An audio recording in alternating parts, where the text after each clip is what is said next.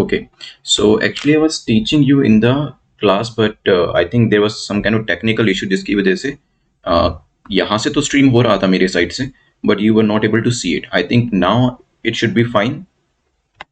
Is it fine now?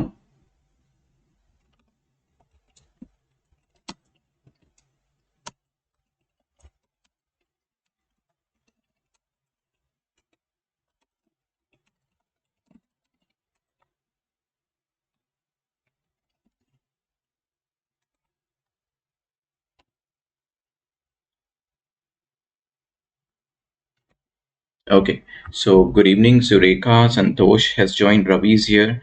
Sumit Amanraj has joined. Okay, Sag has joined. Sureka is here. Santosh and Bharat has come. Kanchan is here. Okay now audio video भी I think clear हो रहा होगा. ठीक है, तो basically ये मैं जो पढ़ा रहा था बेसिकली किसी के पास भी वो स्ट्रीमिंग नहीं जा रही थी, तो मैं दोबारा से बता देता हूँ जो चीज़ मैंने एक्सप्लेन करी है. So in this particular video we are going to discuss 20 MCQs instead of 40 or 50, but in the next lecture, because we are going to save many MCQs from this particular lecture and we are going to add those MCQs in the next lecture. So next lecture में हम 100 MCQs जो करने वाले हैं next Thursday को. So be ready for that. But हाँ, the time period would be same. उसे 2 घंटे में ही करेंगे, एक फास्ट ट्रैक मैनर में करने की कोशिश करेंगे. जो आज MCQs हम यहाँ से बचाकर नेक्स्ट लेक्चर के लिए कैरी फॉरवर्ड करेंगे. ठीक है, so right now you have the target slide in front of you. Please set the target as soon as possible so that we could carry on with the questions, because already it is 1:03. Many of you have already joined, and Shiv Prakash is asking something. Please help him in the comment section. Rashi is here. Vidushi has joined after so many days. I'll ask Vidushi to watch old lectures as well. Priya Yadav is here. Ruchita has joined. Good. Shubham भी आ चुके हैं. 6 PM वाली class है ना आज? किसने मना किया?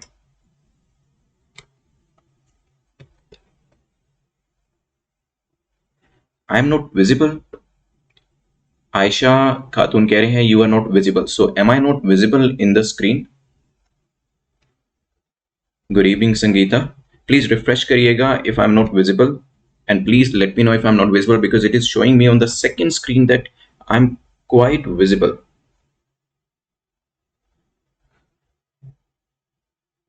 Please set the target so that we could like do all the questions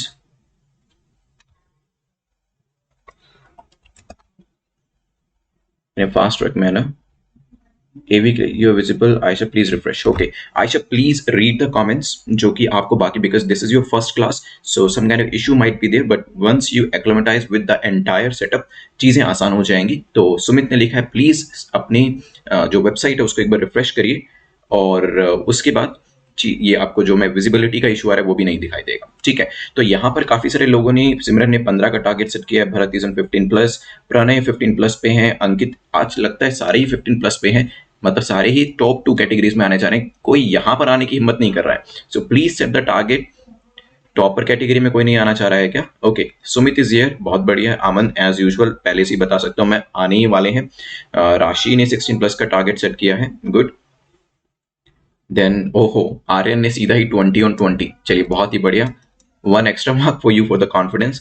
Aman and Shubham is here. चलिए जल्दी से मैं कोशिश करूंगा कि मिनिमम पॉसिबल टाइम में यहाँ पर क्वेश्चंस को कंप्लीट करें, सो दैट क्योंकि ऑलरेडी हम ये चीज़ें कर भी चुके हैं, और एक प्रैक्टिस हम इस तरीके से करेंगे कि ज़्यादा टाइम ना लिया जाए, क्योंकि एग्जाम में भी क्या होता है, आपको पर क्वेश्चन कितना 1 मिनट ही मिलने वाला है, लेस देन 1 मिनट ही मान के चलिए आप. तो कोशिश उसी तरीके से करेंगे कि जैसे एग्जाम में there is a sort of pressure over you to answer और to mark the question correctly in the minimum possible time. That's what we are going to practise here. First question आपकी screen पे आ रहा है. Consider the following statement with reference to Swadesh Darshan scheme. स्वदेश Darshan scheme को लेकर 2 statements आपको दी हैं. पहली स्टेटमेंट कहती है ये एक सेंट्रली स्पॉन्सर्ड स्कीम है, ठीक है, जो कि क्या करती है, हार्नेस करेगी टूरिज्म पोटेंशियल को. ये एक जॉइंट इनिशिएटिव है मिनिस्ट्री ऑफ टूरिज्म का और नीति आयोग का. तो यहां पर मैं आपका जो टाइम पीरियड है वो शुरू कर देता हूं. Just a second.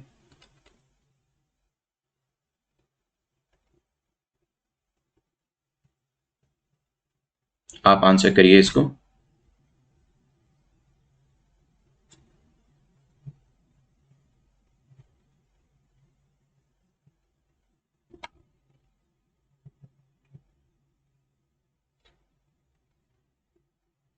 क्या होगा आंसर? स्वदेश Darshan scheme.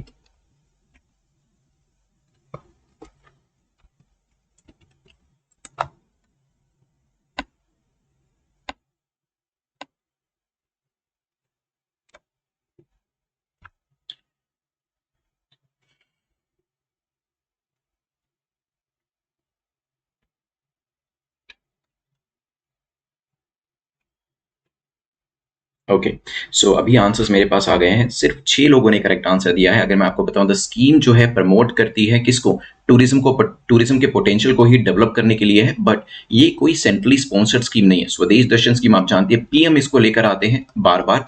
Central sector scheme है, 100% फंडिंग किसके द्वारा करी जाती है? सेंट्रल गवर्नमेंट के द्वारा। ठीक है, कौन लेकर आया है? Ministry of tourism. नीति आयोग जो था वो एक एक्स्ट्रा आपको चीज दे रखी थी, जस्ट लाइक एन अपेंडिक्स। बिल्कुल इनकरेक्ट यहां पर ये हो जाता है। ठीक है, तो पहली statement incorrect, why? Because it is central sector scheme. The second statement is incorrect because it is the initiative of ministry of tourism. NITI Aayog has no relation whatsoever with this particular scheme. So answer could be, चलिए D will be the correct answer. कितने लोगों का correct हुआ यहाँ पे? बहुत बढ़िया, राशि ने लिखा है। यहाँ पे जो टूरिज्म सर्किट्स थे, मैंने लास्ट टाइम आपको बताए थे, रामायण सर्किट, सूफी circuit, tribal circuits, all these kind of circuits name are also there. Total 15 theme based circuits थे इसमें, जिसमें बुद्धिस्ट सर्किट, रामायण सर्किट भी शामिल थे। खैर, आगे चलते हैं, सेकंड क्वेश्चन को डिस्कस करते हैं। Consider the following statement with reference to Konark sun temple. Konark sun temple को लेकर क्वेश्चन पूछा है कि दो स्टेटमेंट में से बताएं कौन सी स्टेटमेंट ठीक है। टेम्पल जो है पाला डायनेस्टी के टाइम पर, उनके रीन के टाइम पर बनाया गया था। हो सकता है इसे ब्लैक पगोड़ा भी कहा जाता है। So what could be the correct statement here? पाला डायनेस्टी आप जानते हैं ये किस क्लैन को बिलोंग करती थी, कहां पर रूल करते थे, किस रीजन में ये रूल करते थे। ब्लैक पगोड़ा, व्हाइट पगोड़ा, अलग अलग तरीके के नाम दिए गए हैं, ये भी बताइएगा। Good afternoon Utkarsh, this is the second question we are on, तो यहीं से करिएगा। 20 क्वेश्चन आज हम ज्वाइन करने वाले हैं और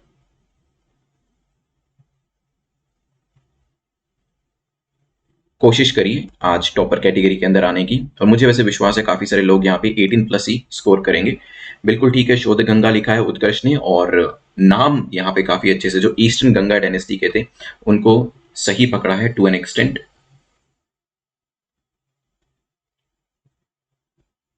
सुमित ने 13th सेंचुरी लिखा है। Time is almost up and the good thing is majority of you have answered it correctly. So इसे ग्रेनाइट, ब्लैक ग्रेनाइट से बनाया हुआ है, इसी वजह से इसका नाम जो है ब्लैक पगोड़ा रखा गया है। अभी मैं आपको इमेज के अंदर भी दिखाने वाला हूं। एंड द फाउंडर जो थे इसके, बेसिकली जिन्होंने इसको बनवाया था, जिसके रीन के टाइम पर बनवाया गया था, ईस्टर्न गंगा डायनेस्टी के कौन थे? Narasimha Deva the first. Narasimha Deva the first. ठीक है, तो आंसर क्या हो जाएगा? Pala dynasty has nothing to do with this, so correct answer will be B. कुछ इस तरीके से दिखता है, ध्यान रखिएगा। चलते हैं यहां से आगे बढ़ते हुए। Consider the following statement with reference to Vaikunta Swami. Vaikunta Swami को लेकर आपको बताना है इनकरेक्ट क्या है। यहाँ पे पहली स्टेटमेंट कहती है he is a great humanist and social reformer of Tamil Nadu. वो कौन थे? एक ग्रेट ह्यूमनिस्ट थे और तमिलनाडु के सोशल रिफॉर्मर थे, हो सकता है। Second, he is an ardent supporter of idol worship. Idol worship के भी वो काफी बड़े सपोर्टर थे। चलिए यहाँ पे कॉमन सेंस को यूज करें और नॉलेज को यूज करें, आंसर इसका देना उतना मुश्किल नहीं है। बताइए।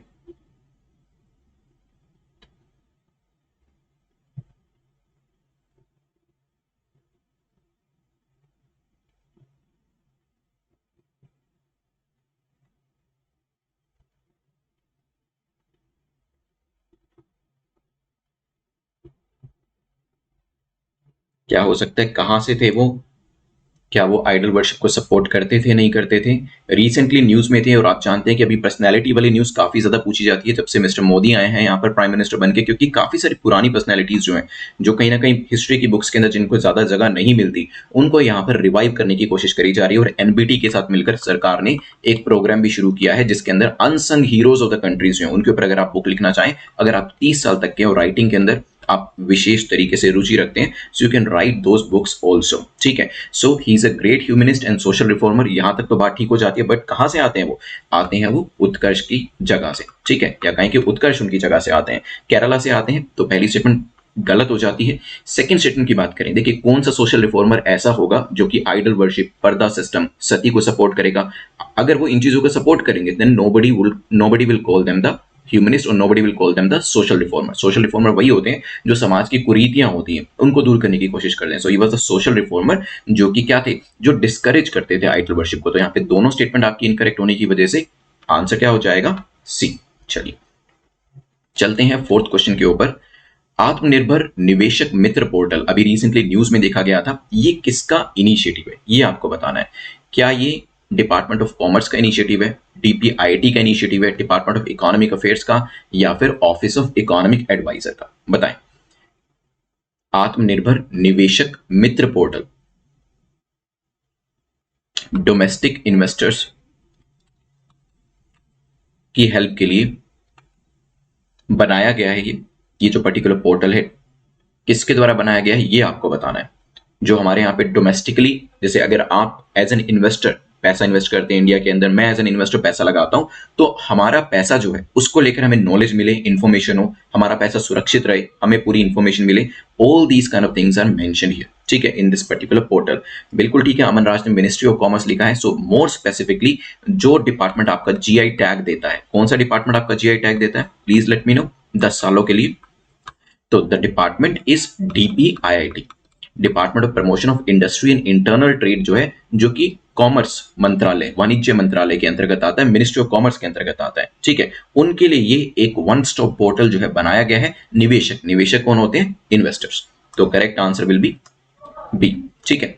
चलिए चलते हैं यहां से आगे बढ़ते हुए क्वेश्चन नंबर 5 को देखते हैं। India inherited the concept of whip from which country? ये जो विप का कॉन्सेप्ट दिया गया है ये कहां से लिया गया? विप आप जानते होंगे, जिसमें विप को हिंदी में क्या कहते हैं ये बताइएगा, फिर चीजें और भी इजी हो जाएंगी आपके लिए। बताइए विप को हिंदी में क्या कहते हैं एंड कौन से देश से ये लिया गया है, ये भी बताइएगा। विप इज मोर लाइक अ, बताएं, वेट कर रहा हूं, ठीक है। तो यहाँ पे पार्टी जो होती है वो पार्टी मेंबर्स के ऊपर विप लगाती है कि अगर आप हमारी बात नहीं मानोगे then action could be taken against you.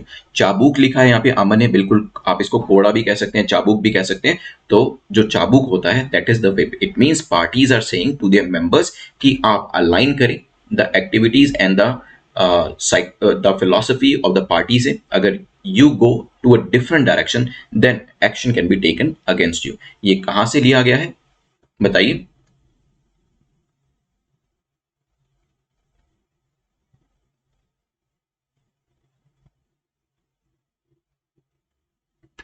Westminster, Westminster का क्या मतलब है? Yes, most of you have answered it correctly, UK से। और अगर आप देखेंगे मोस्ट ऑफ द थिंग्स जो कि हमारे कॉन्स्टिट्यूशन में है या फिर कॉन्स्टिट्यूशन में नहीं भी है but as a method of practice और कस्टम हम उसे फॉलो करते हैं, most of these things have come from UK as well as government of India 1935 which was also created with the help of UK, ठीक है। चलिए ध्यान रखिएगा इसके बारे में। चलते हैं क्वेश्चन नंबर 6 को देखते हैं। Consider the following statement with reference to SIPRI. SIPRI जो है हर साल न्यूज में रहती है, लास्ट टाइम भी थी, इस बार भी थी, तो एक बार डिस्कस कर लेते हैं। सिप्री जो है एक स्पेशलाइज्ड बॉडी है यूएन सिक्योरिटी काउंसिल की, हो सकता है।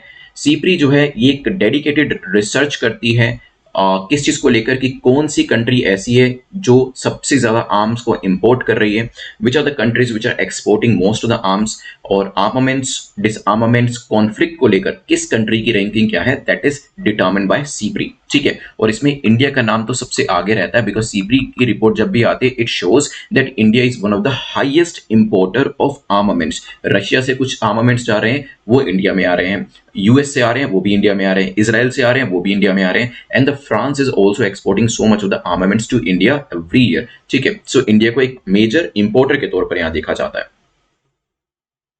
अंग्रेजों ने बहुत यूज किया है, बिल्कुल ठीक कह रहे हैं शुभम, जिनको अभी अच्छे से आ रहा है क्रिकेट में, बिल्कुल ठीक है भरत, मैच वैच देख रहे हैं लगता है आजकल। इंडिया सेकंड हाईएस्ट इंपोर्टर बताया जा रहा है यहाँ पर। उत्कर्ष ने, उत्कर्ष बहुत अच्छे से कनेक्ट करते भी और यहाँ पर भी अच्छे से कनेक्ट करें, that's a good thing. Think tank है स्टॉकहोम का, बहुत बढ़िया, पूरा करेक्ट आंसर दे दिया। सिप्री जो है एक इंडिपेंडेंट इंटरनेशनल इंस्टीट्यूट है, it is not associated with UNSC और any kind of institution, so first statement will be incorrect. But SIPRI जो है इंडिपेंडेंट इंटरनेशनल इंस्टीट्यूट तो है ही, लेकिन रिसर्च किस में करता है, कॉन्फ्लिक्ट, आर्मामेंट, आर्म्स कंट्रोल, डिसआर्मामेंट को लेकर, तो आंसर क्या हो जाएगा? बी। अभी जब रिसेंटली रिपोर्ट आई थी तो वहां पर बताया गया था कि जो इंडिया है सेकंड हाईएस्ट इंपोर्टर है when it comes to armaments. ठीक है, चलिए क्वेश्चन नंबर 7 को देखते हैं। World energy transition outlook report किसके द्वारा पब्लिश करी जाती है? चार नाम आपके सामने दिए हैं। Is it IEA, world economic forum, international solar alliance या फिर IREA? लास्ट टाइम भी इसको लेकर गलती हुई थी। किसके द्वारा ये रिपोर्ट दी जाती है? ये एक ऐसी बॉडी है जो कि इंटर गवर्नमेंटल ऑर्गेनाइजेशन है, 2009 में बनाई गई थी and the headquarter is located at Dubai. Headquarter कहां पर है? दुबई UAE के अंदर। ये भी मुझे बताइएगा कि ये जो बॉडी है क्या इंडिया उसका मेंबर है? And I remember it quite vividly that even the last time when we discuss this question I asked this very question from you कि क्या इंडिया इसका मेंबर है या नहीं। World energy transition outlook report किसके द्वारा publish करी जाती है? Which are the following body publish this particular report? Ram as usual मुझे यहाँ पे करेक्ट दिखाई दे रहे हैं, सैक, संतोष, आर्यन का भी आंसर करेक्ट है। चलिए बढ़िया। तो yes, India is a member of Irene. ठीक है, आईरीन एडलर करके याद कर लीजिएगा, लास्ट टाइम भी बताया था, या आईरीना कह दीजिए, इंटरनेशनल रिन्यूएबल एनर्जी एजेंसी। ठीक है, अगर शर्लॉक देखा है आपने, and I am pretty sure बहुत सारे लोगों ने शर्लॉक होम्स जरूर देखा होगा, so you know the character and the significance of this character Irene Adler. तो आईरीन करके याद कर लीजिएगा। T is the correct answer. Energy transition outlook report जो है वो किसके द्वारा पब्लिश करी जाती है? आईरीन के द्वारा। ठीक है, चलिए चलते हैं नेक्स्ट क्वेश्चन के ऊपर, which is question number 8। USIAI recently news में देखा गया है, ये क्या है? चार ऑप्शंस आपके सामने दिए हैं। क्या ये कोई कोलैबोरेशन है इंडिया और जापान के बीच में स्पेस रिसर्च को लेकर? इंडिया USA को लेकर कोई आर्टिफिशियल इंटेलिजेंस को लेकर कोई रिसर्च वर्क है, कॉपरेशन है, कोई जॉइंट मिलिट्री एक्सरसाइज है, और is it some kind of missile system which is jointly developed by India and Israel? Last time भी मैंने आपको हिंट देते हुए कहा था कि अच्छे से पढ़िएगा इसको, USIAI में ही आपको आंसर मिल जाएगा। बताइए क्या है ये? Because the full form is not given, that's why you're facing this issue.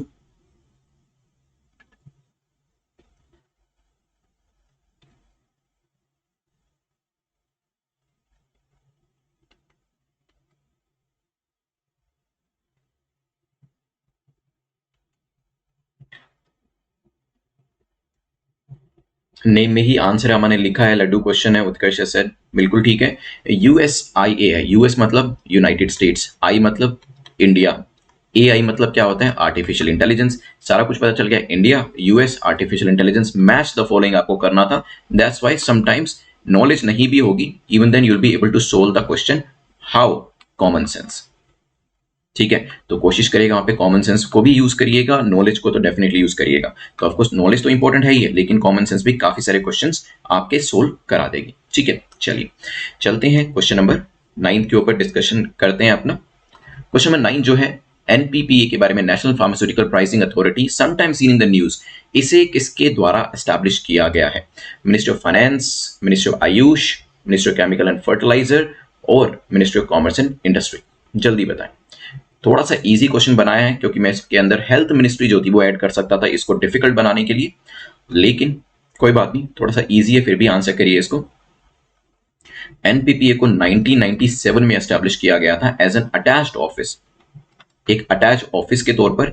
It's an independent regulator, जो ड्रग्स के प्राइसेस होते हैं, जो मेडिसिन के प्राइसेस होते हैं, that is determine bye NPPA। ठीक है, इवन आपकी कोरोना की वैक्सीन जो आएंगी, उसके अलावा भी जो कैंसर की ड्रग्स होती हैं, दूसरी कोई ड्रग्स होती हैं, वो मार्केट में बहुत महंगे दामों पे ना मिले, so that is insured by NPPA। ठीक है, डिपार्टमेंट ऑफ फार्मा लिखा गया है, डिसाइड्स प्राइसेस राशि ने लिखा है। अगर आपको याद हो तो जब भी हम किसी भी वैक्सीन के अप्रूवल की बात करते हैं, at the same time when we talk about vaccine के अप्रूवल के साथ साथ कि वैक्सीन का यूसेज का अप्रूवल एंड प्राइस, ये किसके द्वारा डिसाइड किया जाता है? So they are two different bodies. एक तो ऐसी बॉडी है जो कि वैक्सीन या ड्रग को अप्रूव करती है, ठीक है, और एक ऐसी बॉडी है जो कि प्राइस को डिटरमिन करती है। प्राइस की बॉडी जो है वो है NPPA, जो कि ministry of chemical and fertilizer के अंतर्गत आती है। आंसर क्या हो जाएगा? C will be the correct answer. And which is the body जो कि यहाँ पर अप्रूवल के लिए है? भारत ने बिल्कुल करेक्ट आंसर दिया है, DCGI। राशि का भी आंसर करेक्ट है। चलिए बहुत बढ़िया। तो जो आपके DCGI है, सिमरन ने भी लिख दिया है, वो ड्रग को अप्रूवल देती है and the price is determined bye NPPA। 10th question पे चलते हैं। वर्ल्ड हैप्पीनेस रिपोर्ट किसके द्वारा रिलीज करी जाती है? अगेन इसको भी कंपैरेटिवली मॉडरेटली इजी क्वेश्चन माना जा सकता है। यूएनएसटीएसएन के द्वारा, world bank, world economic forum या फिर आईएमएफ। तो वर्ल्ड हैप्पीनेस रिपोर्ट कौन रिलीज करता है? अभी वर्ल्ड हैप्पीनेस रिपोर्ट 2021 की पब्लिश करी गई थी, ठीक है। और इंडिया का जो रैंक है इसके अंदर कुछ खास नहीं है, मतलब हम लोग ज्यादा खुश नहीं है। वी आर बिकमिंग रिच, और कहें कि we are becoming richer rather, but we are not becoming a happy nation, ठीक है, क्योंकि 149 कंट्रीज के अंदर आर रैंक वाज 139, ठीक है। Yes, there was an improvement, क्योंकि last two last year our rank was 145 out of 156 countries, ठीक है। लेकिन इस बार थोड़ा इंप्रूव हुआ है, लेकिन नंबर भी देखेंगे, the number of countries ranked वो भी यहाँ पर कम हुआ है। टॉप परफॉर्मर की बात करें यहाँ पर, कोई मुझे बता सकता है? Utkarsh, fantastic, Finland, Finland has been ranked as the happiest country, so it is not Bhutan जहां पे जीडीपी की तरह ग्रोथ, जो आपका हैप्पीनेस इंडेक्स है वो यहाँ पे कैलकुलेट किया जाता है। So it is the Finland, ध्यान रखिएगा, ranked as the happiest country in the world for the fourth consecutive time. ये लेकर आया जाता है United Nation sustainable development solution network के द्वारा, ठीक है। चलिए पहले तो मुझे 10 तक के अपने स्कोर बता दीजिए, फिर हम 11 से 20 के क्वेश्चन करेंगे। कितना कितना स्कोर किया है?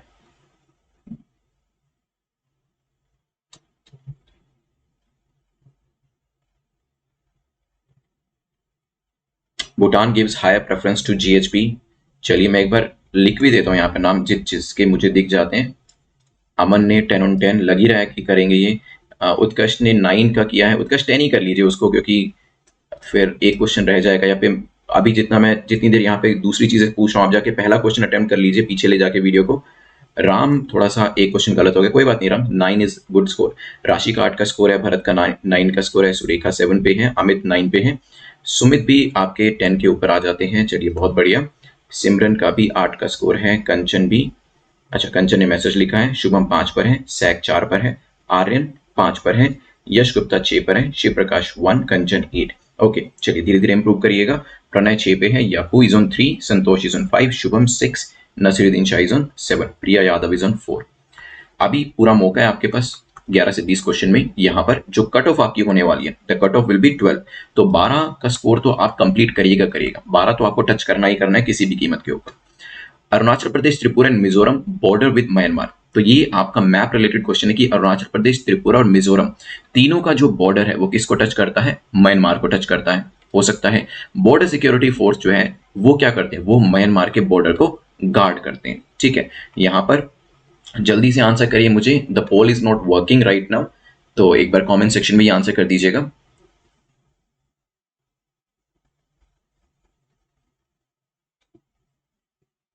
I think right now it is working, so you can answer in the comment section or in the poll. कौन बॉर्डर को प्रोटेक्ट करता है ये बताइए? म्यांमार के साथ बॉर्डर जो हमारा टच होता है, और कौन कौन से राज्य जो हैं उनकी सीमा लगती है म्यांमार के साथ?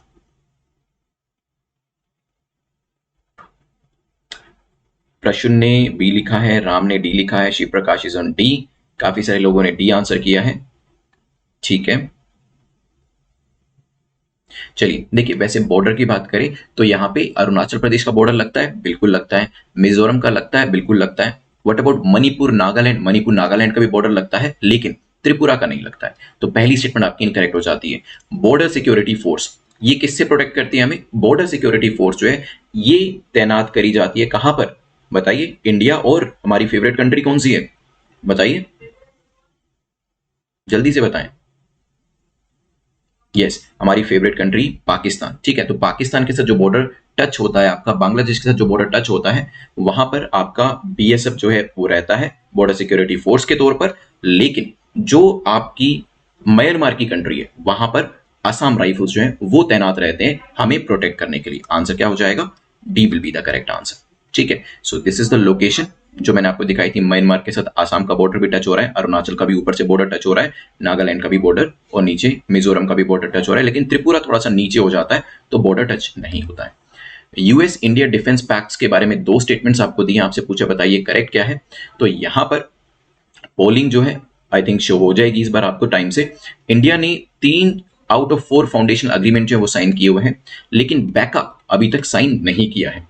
तो ये क्वेश्चन हम पहले काफी बार डिस्कस कर चुके हैं in the form of the topic कि कौन कौन से एग्रीमेंट है, जैसे कि जीएसओएमआईए, लिमोआ, इस्मोआ, इस तरीके के अग्रीमेंट्स हमने साइन किए हैं, ठीक है। 10 seconds with you, try to answer it. कोई बात नहीं, no need for the frustration Aman, that's fine. अगर एक कम भी आएगा, still you have a chance to be in the topper section. सारे साइंड है, भारत इज रिटन।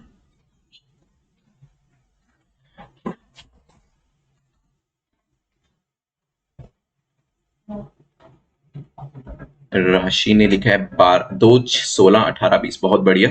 ठीक है, तो टाइम पीरियड भी बता दिया है। तो आपका जीएस हो, माई हो, लिमोआ हो, किस्मोआ हो, बेका हो, चारों ही फाउंडेशनल अग्रीमेंट जो है वो साइन किए हुए हैं, बताइए।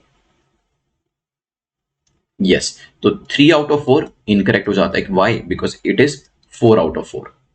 ठीक है। Why the second statement is incorrect? Because of the very same reason that बेका इज ऑल्सो साइन। ठीक है, आंसर क्या हो जाएगा? डी। ठीक है, चलिए question number 13, consider the following statement about the new development bank. NDB के बारे में पूछा गया, बताइए what is the correct statement. The NDB has been established in 2014 during the 6th BRICS summit in Fortaleza. India and China are the largest share holder of the bank. यहां पर polling में आपकी शुरू कर देता हूं, ट्राई टू आंसर।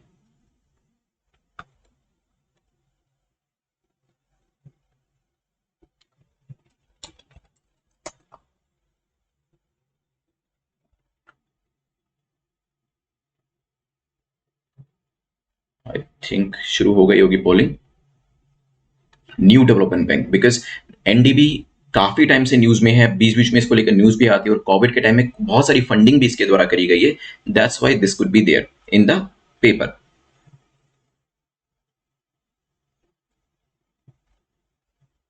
क्या होगा आंसर?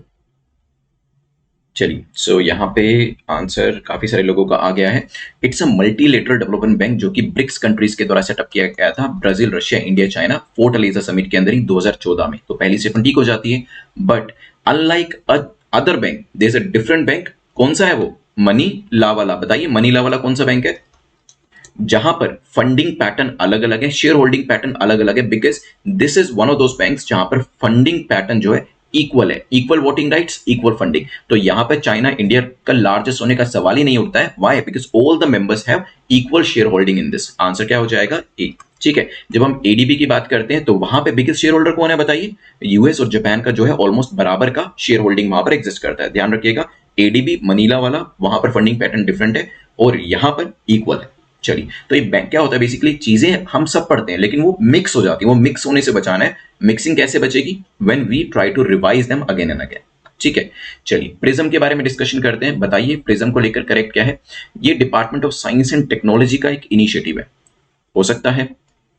स्कीम जो है प्रोवाइड करती है financial assistance to Indian national for the idea development, prototype development, pilot scaling and patenting. बताइए। स्कीम जो है लॉन्च करी गई है department of science and industrial research के द्वारा, ministry of science and technology के द्वारा, ऐसा कहा जा रहा है।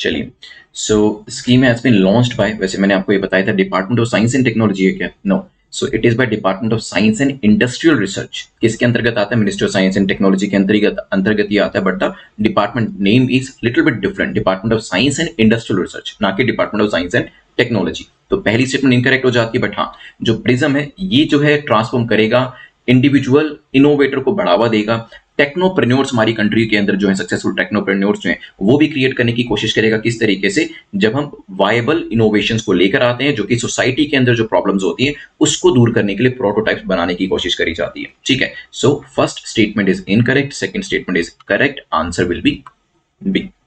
चलिए चलते हैं नेक्स्ट क्वेश्चन के ऊपर। Central scrutiny centre sometime seen in the news, ये किसका इनिशिएटिव है? सेंट्रल स्क्रूटनी सेंटर, मंत्रालय का नाम बताइए, सिंपल है।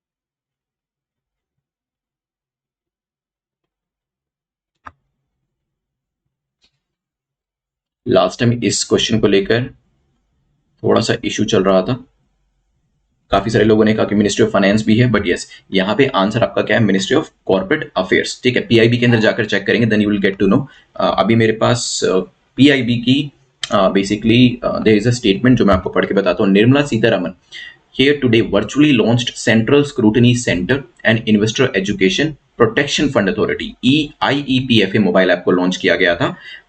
These two tech-enabled initiative are taken up by Ministry of Corporate Affairs। ठीक है, ये पूरी लाइन मैं पढ़ रहा हूँ कहाँ से, pib.gov.in से। ठीक है, so you don't need to worry about it, ministry of corporate affairs का इनिशिएटिव है, डी हमारा यहाँ पर करेक्ट आंसर हो जाता है।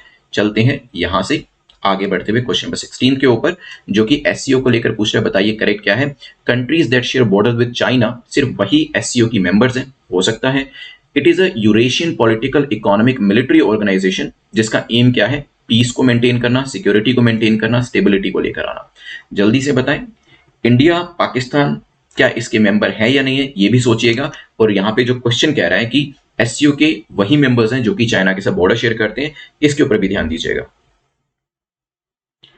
5 more seconds. Try to create a pressure over yourself that you have to answer it in the minimum possible time. Kick and erupt mnemonics, बहुत बढ़िया उत्कर्ष। So how do you remember all the name of the countries with this mnemonic which Utkarsh has shared in the comment section? ठीक है, तो जो उत्कर्ष ने सारी countries के नाम एक निमोनिक के थ्रू दे दिए हैं, वो चीज याद रख लीजिएगा। तो ऐसा बिल्कुल भी नहीं है।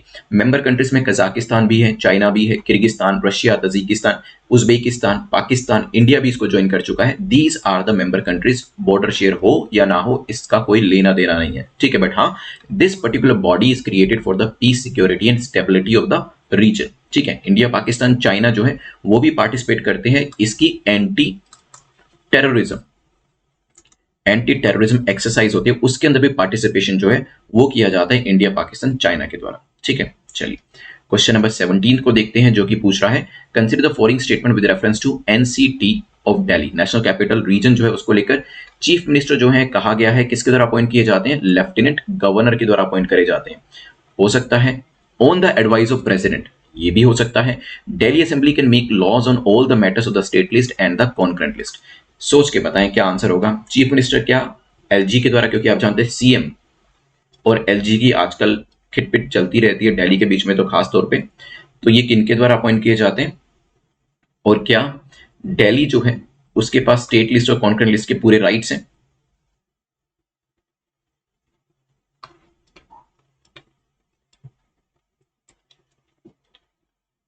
सबसे पहले तो यही आंसर है इसका, because time is almost up, कि चीफ मिनिस्टर जो है वो अपॉइंट करे जाते हैं प्रेसिडेंट ऑफ इंडिया के द्वारा, not by the lieutenant governor. ठीक है, so it is not the advice of the president पर से, but it is by the president himself or herself, as the case may be.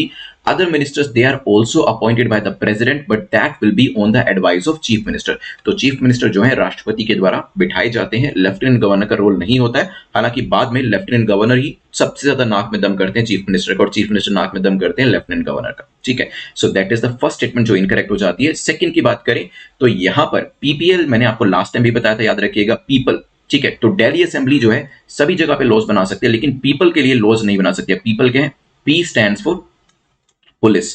तभी केजरीवाल परेशान रहते हैं, क्योंकि पुलिस उनके हाथ में नहीं है, चाहते हैं कि फुल स्टेट का दर्जा मिल जाए दिल्ली को, तो फिर पुलिस उनके हाथ में आ जाएगी। देन इसके अलावा है पब्लिक ऑर्डर, जब पुलिस ही नहीं है तो पब्लिक ऑर्डर कैसे देख लेंगे आप। देन तीसरा आता है लैंड। ये तीन एरियाज जो है वो ऐसे एरियाज है जो कि मिस्टर केजरीवाल के पास अभी नहीं है। ठीक है, चलिए चलते हैं। इसमें पीपल किसने लिखा है, अमन ने, बहुत बढ़िया। अमन, मैं तो कहूंगा कि आप अपने आप को, चलिए अमन को मेरी तरफ से एक एक्स्ट्रा मार्क पीपीएल को रिकॉल करने के लिए, क्योंकि ये मैंने पढ़ाया था और किसी ने भी रिकॉल नहीं किया, बट अमन ने किया है। So Aman, 1 extra mark please do add from my side. This is a complimentary mark because of your effort, because of your extra effort. ठीक है, जो आपने यहाँ पर चीज को याद किया है। क्वेश्चन नंबर 18 को देखते हैं, जो कि अल्टीमेट मिलिट्री स्ट्रेंथ इंडेक्स को लेकर पूछ रहा है कि बताइए करेक्ट क्या है। China has the strongest military force in the world इस इंडेक्स के हिसाब से, और इंडिया का नंबर तीसरे नंबर पे आता है। अगर हम स्पेंडिंग की बात करते हैं, India is the third largest spender on military budget in the world. Answer करें जल्दी से, फिर करते हैं डिस्कशन।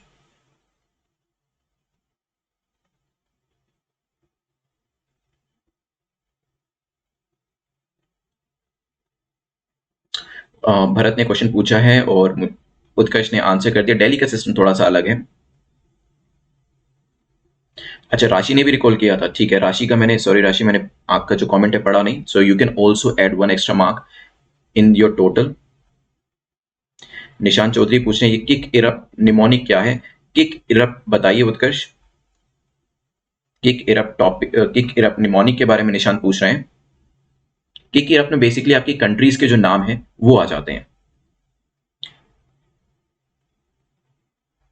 हाँ, अदर्स गवर्नर है Bharat, no need to worry about it. Sumit कह रहे हैं इंडिया फोर्थ स्पेंडर है। ओके,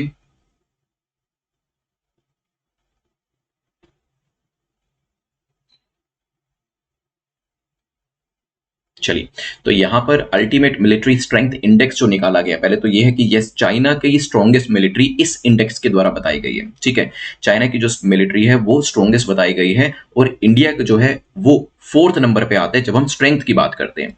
इंडिया चौथे नंबर पे आता है और चाइना पहले नंबर पे आता है, ये ध्यान रखिएगा। ठीक है, लेकिन जहां पर हमारे एक्सपेंडिचर की बात होती है वो तीसरे नंबर पे ही बताया गया है।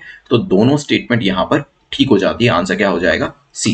देखिए, हो सकता है दूसरे इंडेक्स दूसरी चीज बताएं, हो सकता है कोई दूसरा इंडेक्स निकले, इंडिया निकाले और अपने आप को नंबर 1 बता दे स्ट्रेंथ के मामले में, और एक्सपेंडिचर के मामले में 5वें नंबर पे बता दे। So we have to see the index as well कि इंडेक्स किस तरीके का डेटा दे रहा है। तो इंडेक्स के हिसाब से we are the 4th most powerful military, but spending के मामले में we are 3rd।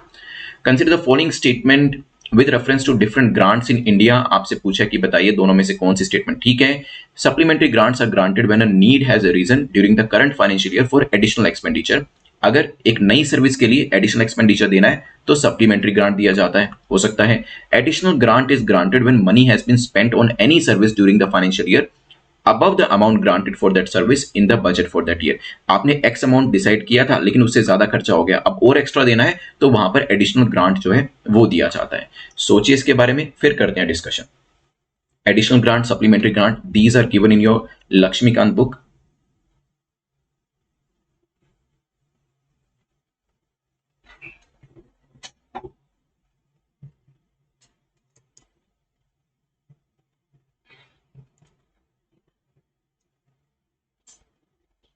Just one more question to go.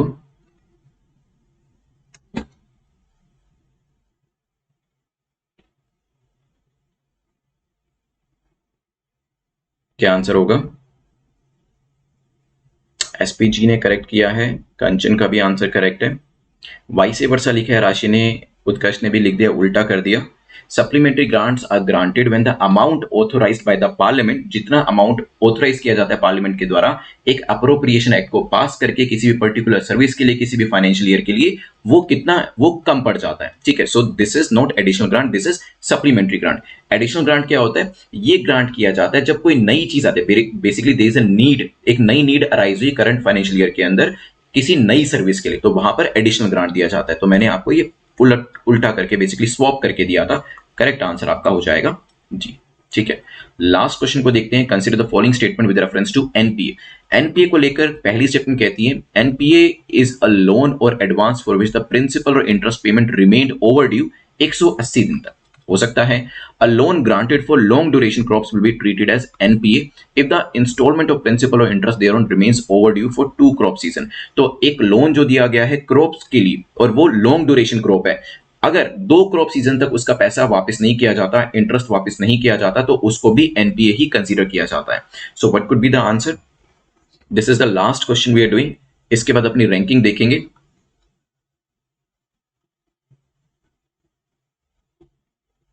Non performing asset basically is a loan जिसके ऊपर आपको प्रिंसिपल और इंटरेस्ट भी वापस करना पड़ता है, बट क्या वो 180 दिन में करना पड़ता है या उससे ज्यादा या उससे कम, वो आपको देखना है। शॉर्ट ड्यूरेशन क्रॉप के अंदर कब वापस करना पड़ता है, लॉन्ग ड्यूरेशन क्रॉप के अंदर कब वापस करना पड़ता है, you have to see that as well.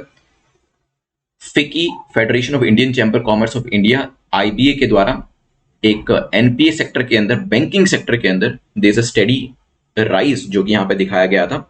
So time is almost अब यहां पर ओके, तो सबसे पहले तो यहां पर ये स्टेटमेंट गलत हो जाती है। क्यों? क्योंकि यहां पे जो टाइम पीरियड है वो 90 डेज का है। ठीक है।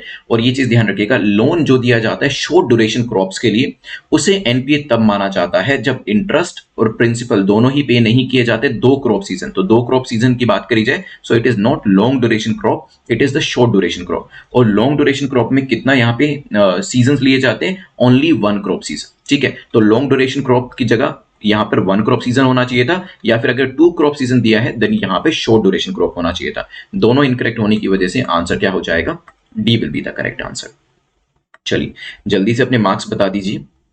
नेक्स्ट लेक्चर में 100 एमसीक्यूज करने वाले हैं, लेकिन वो भी हम विद इन 2 आवर्स ही करेंगे। बताइए।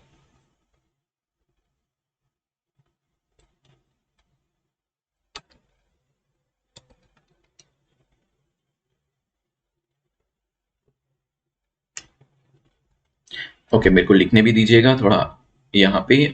अमन, शायद कुछ मार्क्स किसी का छूट जाए तो दोबारा से लिख दीजिएगा। सुमित के मुझे मार्क्स दिखाई दे रहे हैं 17 पे हैं सुमित, ठीक है। राशि इज ऑन 17, ठीक है। Bharat is on 17, Aman is on 17। क्या बात है, सारे 17 पे ही हैं। उत्कर्ष इज ऑल्सो ऑन 17, सुरेखा 15 पे है, ठीक है। शिव 3 पे है, सिमरन इज ऑन 17। निशांत काउंट मत करिएगा, एक बार दोबारा से देख लीजिए, पहले 15 क्वेश्चन करने के बाद फिर आंसर यहाँ पे दीजिएगा। आज क्या बात, हमारे टॉपर राम भी 15 पे आ गए। ये थोड़ा सा इंपैक्ट हो सकता है पुराने क्वेश्चंस को डिस्कस करने का, पुरानी चीजें भूल जाते हैं इस वजह से। सैग 8 पे हैं और हमारे टॉपर हमें मिल चुके हैं अमन। अमन, जो 1 मार्क एक्स्ट्रा मैंने कहा था कि आपने वो ऐड किया किया है तो सही है, नहीं तो कर लीजिएगा। अमित का भी स्कोर 14 का है, अच्छा है। यापू ने 4 का स्कोर किया है, यश इज ऑन 9, रुचिता ऑन 10, और लव कंचन ने 15 का आंसर किया है। शुभम का 14 का स्कोर है, प्रिया इज ऑन 8, अमन 19 पे ही है, अवनीश 5 पर है, और सुमित 17 पे है। और अमन जो है राम के ऊपर एलिगेशन लगा रहे हैं that Ram is under performing जानबूझकर, बट ऐसा क्यों वो मुझे समझ में नहीं आया। Nitin is on 8। तो जो लोग अब यहाँ पे देखिए, आपको अपने मार्क्स पता है, ठीक है। यहाँ पे आपको सिर्फ करना यही है कि अगर 12 से कम है, क्योंकि कट ऑफ जो थी वो 12 की रखी गई थी, इफ यू आर बिलो 12, यहाँ पे थोड़ा सा हार्ड वर्क करना पड़ेगा। करंट अफेयर्स को, नोट्स को अच्छे से पढ़िए, लेक्चर को अगर जरूरत पड़ती है दोबारा से देख सकते हैं, वैसे नोट से काम चल जाएगा। और जिन्होंने अपर एरिया में स्कोर किया तो कॉन्ग्रेचुलेशन, जो तैयारी कर रहे हैं, जिस तरीके से स्ट्रेटेजी फॉलो कर रहे हैं, keep on doing that because that is helping you, ठीक है। तो यहाँ पे जो टॉपर है अमन, तो it is now responsibility of Aman to treat everybody. तो अमन को सारे अपना अपना एड्रेस भेज दीजिए and Aman will send you the pizza, ठीक है। चलिए Aman, congratulation once again and congratulation to rest of you also because performance अच्छा रहा है। जिनका 10 से नीचे का स्कोर है उनके लिए मैं यही कहूंगा कि अपने नोट्स को अच्छे से पढ़िए, ओके। एंड यहाँ पे इफ नीड भी जरूरत पड़ती है तो ही आप वीडियो को दोबारा देख सकते हैं, ओके। चलिए आई will see you next Thursday with 100 questions, जिसको हम 2 घंटे के अंदर कंप्लीट करने की कोशिश करेंगे। Thanks for watching, have a nice day. Now I will see you at 6 PM. 6 PM को लेकर कुछ लोग कह रहे थे कि शायद लेक्चर शो नहीं कर रहा है, तो अगर ऐसा कुछ होता है तो मुझे बता दीजिएगा। अगर कोई टेक्निकल डिफिकल्टी होती है टेक्स्ट बुक की तरफ से then I will update you, okay. So thank you once again, take care, good bye, have a nice day.